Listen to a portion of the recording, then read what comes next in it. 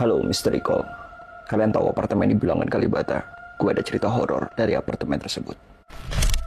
Jadi, cerita ini terjadi di sekitar pertengahan tahun 2014. Nah, gue punya teman yang baru dapat kerja di Pancoran. Namanya Lani. Asalnya dari Tangerang. Karena dia pengen tinggal di dekat tempat kerjanya, gue saranin dia buat sewa di apartemen daerah Kalibata. Yang dimana gue tinggal di daerah situ juga. Nah, pas itu gue kasih tau info unit-unit yang lagi avail buat dia sewa. Tapi ternyata si Lani memilih unitnya sendiri. Dia memilih unit di tower yang deket jalan. Katanya sih lebih strategis dan lebih gampang aja buat perpergian. Dia bilang kalau unit yang dia dapat ini harga sewanya jauh dari apa yang gue rekomendasiin. Dan setelah mantap dengan pilihannya, dia janjian sama si owner unit tersebut untuk cek kondisi unitnya. Dan dia mulai ngecek seluruh ruangan. Dan ya dia fine-fine aja dan dia suka dengan unitnya.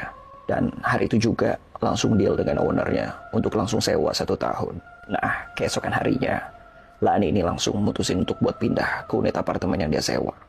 Dan disinilah semua kejadian yang tidak pernah dia bayangkan terjadi. Bermula di hari pindahan dia, sekitar jam setengah 7 malam. Dia baru saja membereskan semua barang-barangnya dia untuk pindah ke dalam unit tersebut. Memang nggak banyak, dia cuma hanya membawa beberapa peralatan yang penting-penting aja. Saat dia baru selesai memindahkan barang-barang, nggak ada tampak yang aneh. Tetapi saat jam 7 malam, dia mulai merasakan ada hawa yang beda di kamar yang dia tempati. Kayak ada yang ngeliatin tapi nggak ada siapa-siapa. Sekitar jam 9 malam, Lani baru selesai unpacking seluruh barang-barangnya dia. Nah, ketika dia sudah mandi, pas di momen dia keramas, entah kenapa dari ekor matanya dia melihat ada bayangan gelap yang terlihat dari pantulan cermin. Sayangnya saat dia coba untuk tengok ke arah cermin, gak ada apa-apa. Karena ngerasa was-was, ya akhirnya Lani mempercepat mandinya. Dan saat itu juga Lani langsung bergegas tidur, menyiapkan untuk hari esok dia bekerja di hari pertamanya dia untuk tinggal di apartemen tersebut. Singkat cerita, Lani ini udah tinggal selama beberapa hari di apartemen tersebut. Dan dia berusaha buat adaptasi sama hawa-hawa yang gak enak yang dia rasain di tempat itu. Dan berusaha untuk cuek. Lani sebenarnya mulai timbul rasa heran. Kenapa hawa gak enak ini dan rasa was-was yang dia rasakan saat dia tinggal di apartemen tersebut muncul bukan di saat dia sedang survei pertama kalinya. Ya, dia mengalami penyesalan karena Lani sudah membayar full 1 tahun.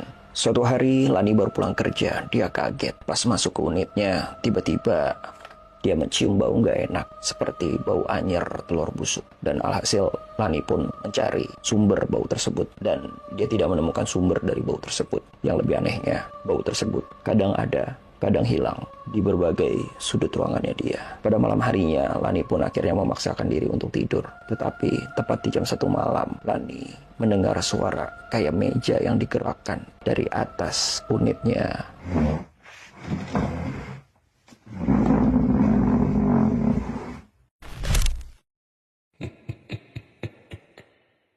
Saat jam 7 malam, dia mulai merasakan ada hawa yang beda di kamar yang dia tempati. Pas di momen dia keramas, entah kenapa dari ekor matanya dia melihat ada bayangan gelap yang terlihat dari pantulan cermin. Lani mendengar suara kayak meja yang digerakkan dari atas unitnya.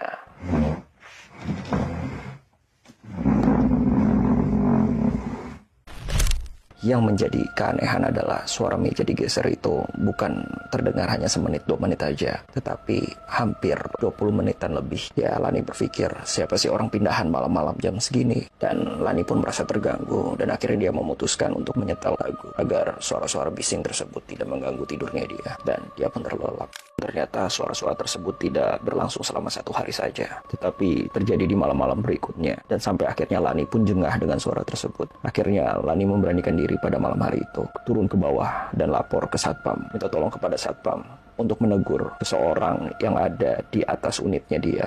Dan satpam pun di situ merasa bingung dan terheran-heran karena unit yang berada di atasnya Lani itu kosong melompong alias tidak berpenghuni. Sontak Lani pun terkaget-kaget dan Pak Satpamnya hanya memberikan sebuah saran, yang kuat ya dek, baca doa sering-sering. Di situ Lani pun malah semakin parno dengan keadaan yang dia hadapi.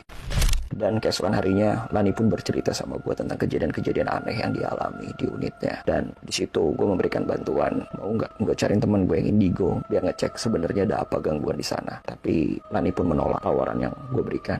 Karena katanya itu membuat dia semakin takut ketika dia tahu sosok apa yang ada di unitnya. Dan malam yang tidak bisa dilupakan oleh Lani pun akhirnya terjadi. Sekitar jam 11 malam Lani baru sampai di unitnya. Suasana hatinya udah mulai netral dengan nasihat-nasihat yang gue berikan untuk cuekin kejadian-kejadian tersebut. Malam itu dia gak ada pikiran aneh dan gak ada pikiran was-was yang seperti biasanya. Dan dia bersih-bersih dan langsung siap-siap untuk tertidur. Pas sudah diranjang dan baru mulai mau tidur, tiba-tiba Lani mulai mencium lagi bau anyir pekat yang mungkin beberapa waktu lalu sempat muncul hilang. Di momen itu suasana hati Lani jadi kacau. Satu sisi dia pengen tidur karena lelah, dan satu sisi lain dia merasa kepo dengan bau tersebut. Dan pada akhirnya dia memilih untuk menebarkan pengharum ruangan di sekitar ruangannya yang berbau busuk tersebut agar samar-samar tidak tercium. Setelah dia memulai untuk tidur kembali, ketika dia setengah tidur, dia mendengar suara aneh kembali. Kok ada suara duk-duk-duk? Dari mana nih? Kok bukan dari atas? Biasanya suaranya dari atas. Kenapa suaranya dari dalam lemari gua? Di situ Lani merasa mulai merinding. Tetapi suara tersebut tidak berhenti begitu saja. Yang dia takutkan terdapat tikus ataupun binatang-binatang yang masuk ke dalam lemarinya. Akhirnya Lani dengan hati-hati mendekati lemari baju tersebut. Sekujur tubuh Lani pun gemetaran. Dan ketika dia dikit demi sedikit membuka lemari tersebut, ternyata di dalam lemari tersebut Lani tidak melihat apapun. Antara rasa penasaran dan kebingungan, Lani akhirnya memutuskan untuk kembali ke tempat tidur. Tetapi di saat Lani membalikkan badan ke arah kasur, Lani melihat sosok wanita berambut panjang dengan muka yang sudah hancur dan juga baju putih yang berbercak darah melihat ke arah Lani dengan tatapan tajam. Sontak Lani pun kaget dan Lani pun pingsan di tempat.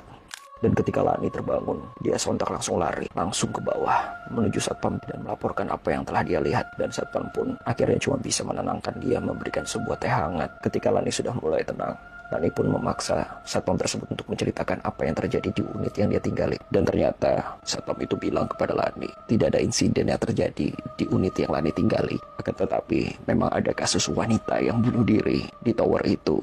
Dan itu terjadi tepat di atas unit yang Lani tinggali.